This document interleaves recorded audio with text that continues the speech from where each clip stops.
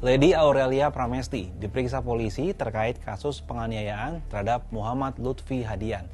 Lady dan Lutfi adalah sesama koas di Palembang, Sumatera Selatan. Pemeriksaan terhadap Lady terkait penganiayaan terhadap Lutfi. Selain Lady, polisi juga meminta keterangan ibu Lady, Sri Melina.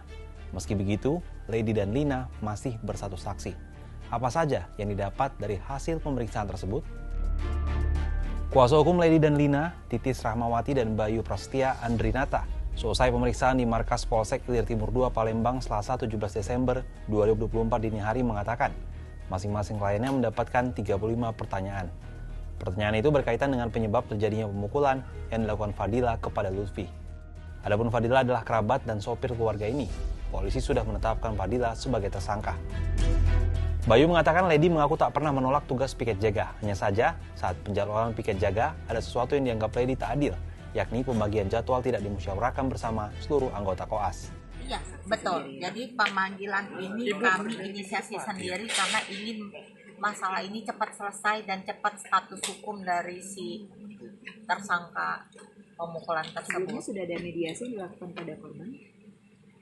Selama ini kami sudah beberapa kali mediasi, tapi belum bisa bertemu, dan juga kita sudah melakukan si Lady juga sudah WA pribadi kepada si Lutfi permohonan maaf tapi belum dijawab.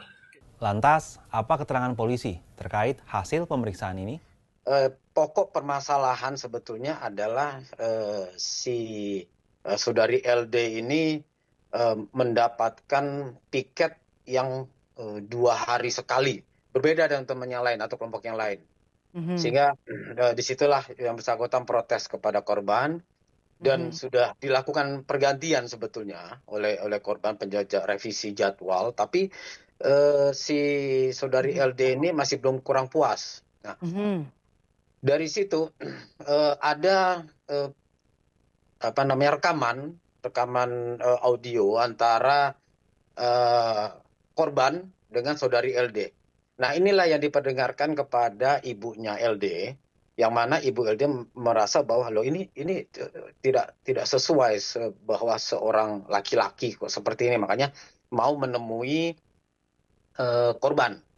Disitulah mulanya kemudian bertemu, mereka janjian bertemu. Nah, di situ ada percakapan yang mana korban juga didampingi teman-temannya, ada 2 orang ya. Kemudian ada ya apakah itu nada yang agak tinggi, kemudian responsif yang kalau menurut keterangan dari pelaku bahwa dia melihat korban ini tidak respon sebagai seorang anak kepada orang tua gitu ya. Itu yang membuat dia menjadi kesal. Nah, keterkaitan itu sampai di mana? Tentu kami akan mencari pembuktiannya.